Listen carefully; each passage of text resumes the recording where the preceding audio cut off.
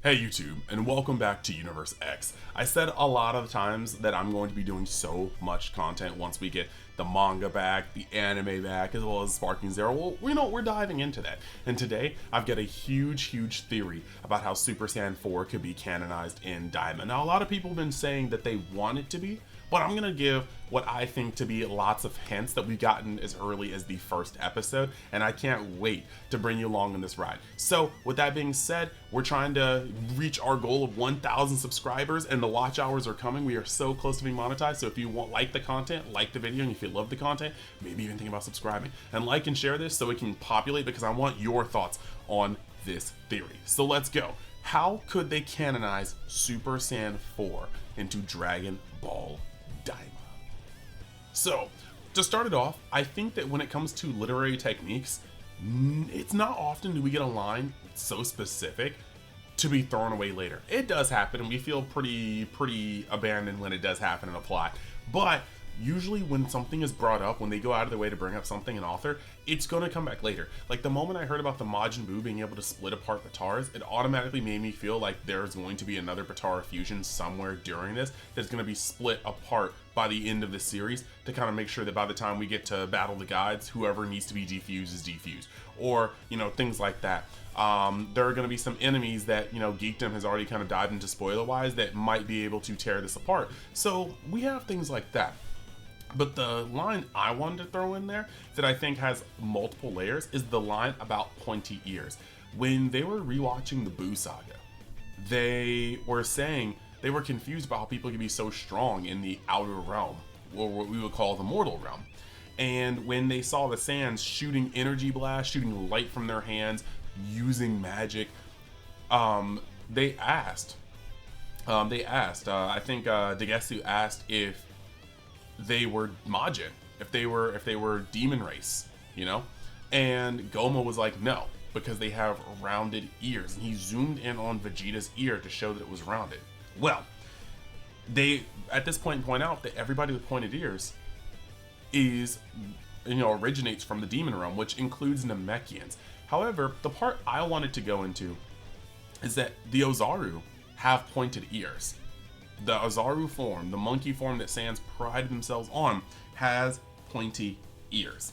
Now, I wanted to dive in to a couple things here because, one, they get their Ozaru form under the full moon, and the full moon has always, for a long time, just been associated with magic, witchcraft, things like that. And we all know that before they changed to Daima, the working title for this series was Dragon Ball Magic. So the Saiyans going into their ape form, potentially their demon form, under a full moon would be very much so in tow with that. And the other thing I wanted to point out is that Sun Wukong, Son Goku, who our Goku is modeled afterwards, he was a demon king. He was considered the strongest divine demon in Journey to the West, Sun Wukong.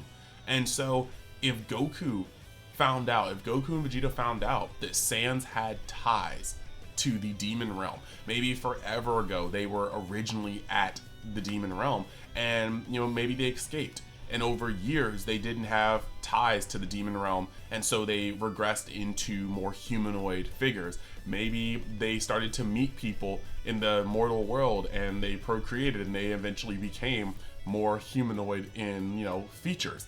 There are a lot of things that could happen here, but we're finding out lore drops like Namekians being demons and leaving. And I have my own theory on that. If you guys want me to make a whole video about what I think about the Namekians being demon, leave it in the description, because I love doing these little like theory things, the breakdowns. I live for this. I'm so happy we finally have new Dragon Ball that I can go off of to do things like this. But when it comes to Saiyans, if Namekians got out of the demon realm and made homes elsewhere, whatever the Saiyans used to be could have done the same thing. And when you look at them, they're considered heartless. warmongers. They love battle. They have a thirst for battle. That's very demonic in a lot of like depictions. And them being able to reach their full demonic capacity under the full moon could definitely be a cool thing. Now, we've also talked about Super Saiyan 4 being brought back in as Super Saiyan Primal, you know, like a regression to base form. But what if in the demon realm, and only in the demon realm, can a Saiyan absorb enough demonic energy to revert back to their original forms? We could be looking at Super Saiyan Majin, or Majin Super Saiyan, or Daima Saiyajin.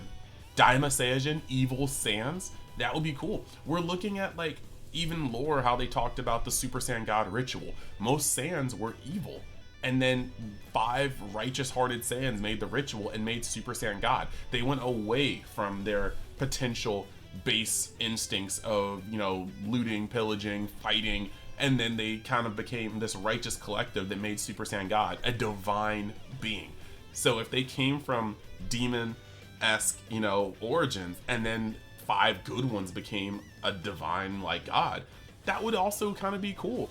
Sun Wukong's whole journey is him learning humility, and like him reaching nirvana, him becoming balanced and becoming a better version of himself to wield that power with a purpose and not just for his own selfish reasons. So in all honesty, if Sans came from that demonic essence and Sun Wukong has been fighting against his violent nature, he's been a gentle Saiyan, sometimes is prone to anger, him going into the demon realm and having his like demonic urges come back to him and potentially unlocking a Super Saiyan 4-esque form would be really cool. And then it would also go full circle with him reaching a divine power and using the power of the gods, because that would be like his cycle of nirvana. I'm thinking this could be a really, really, really, really, really cool way to canonize Super Saiyan 4. And I think that also it would work very, very well to keep Super Saiyan 4 out of the main continuity. Like the rumors that Geekdom was putting out was that this arc would be a lead into another arc. Like we go into Demon Realm now, and then after going into Demon Realm now, we are able to, you know, potentially be in Demon World a later time, or maybe have some of the characters go. Like let's say this whole time Degesu and Arinsu make their plots, but at the end Glorio turns out to be a secret villain and he takes the throne and rolls over Demon Realm with an iron fist. We can then flash forward 7 years or so into Super, 6-7 years or so into Super, and have Glorio come back with the full might of the Demon King's army. You know, maybe he has the tertiary or tertian oculus now, and so he's super powerful and he's a fighter. So maybe he comes back and he scraps with the crew. But this could be another reason why they go back into Demon World, and they could bring back a form like this. So I think it's not that hard to think that this could happen. You have Goku and Vegeta steeped in demonic power.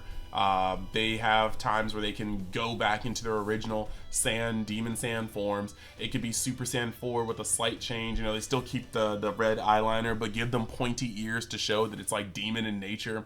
Have them fight there, and that can be their max power form for Daima, only to go out of the demon realm with a more knowledgeable like appreciation for their race, but not access to this. And then if they want to bring back demon realm influences, they can always bring back the power up. That's what I think would be cool. That would sell so many figures. That would sell so many DLC packs and Xenoverse. That would sell DLC packs for this if you don't have the season pass already. That would sell so much, and I think that would be pretty cool. I think that would be a great way to canonize this, and that would mean that any full-blooded Saiyan, I think they should make it full-blooded Saiyan, so that's the one thing. I think they should say that being a full-blooded Saiyan and spending time in Demon Realm is what gets that. And then that way, if they really wanted to, they could sneak Broly into there. You know, they could sneak Universe 6 Saiyans into there, but not Gohan, because Gohan has Beast going on. Not Trunks and Goten, not Pan. You know, keep those separate. But I think that this could be a really cool way to segue into a Super Saiyan 4 retcon that brings into the story. So with that being said, I want you guys to let me know what you guys think. Let me know if you think this this theory is worth its salt. I thought that it'd be a pretty cool idea to kind of dabble in, and I just want to know like how you guys feel. But that being said, we've got another episode of Daima coming out in just 4 days. It's gonna be awesome. I cannot wait to see what they have to say in that episode and break that down too with Toe Gloria. So stay tuned, because what's about to happen is I'm gonna put those out probably the same day the episode comes out, and at max the next day. So stay tuned for more Daima breakdowns. Go and check out the episode 1, everything you might have missed, because I went ham in that video, writing down notes, just making sure that I got every detail to put out to you guys. And I cannot wait to do more Daima, Sparking Zero, Dokkan. I can't wait for more of those characters to come out in the games. It's just gonna be a blast. So with that being said, thank you guys for being here. If you like the video, like the video. If you love it, subscribe, and I will see you in the next video. Later.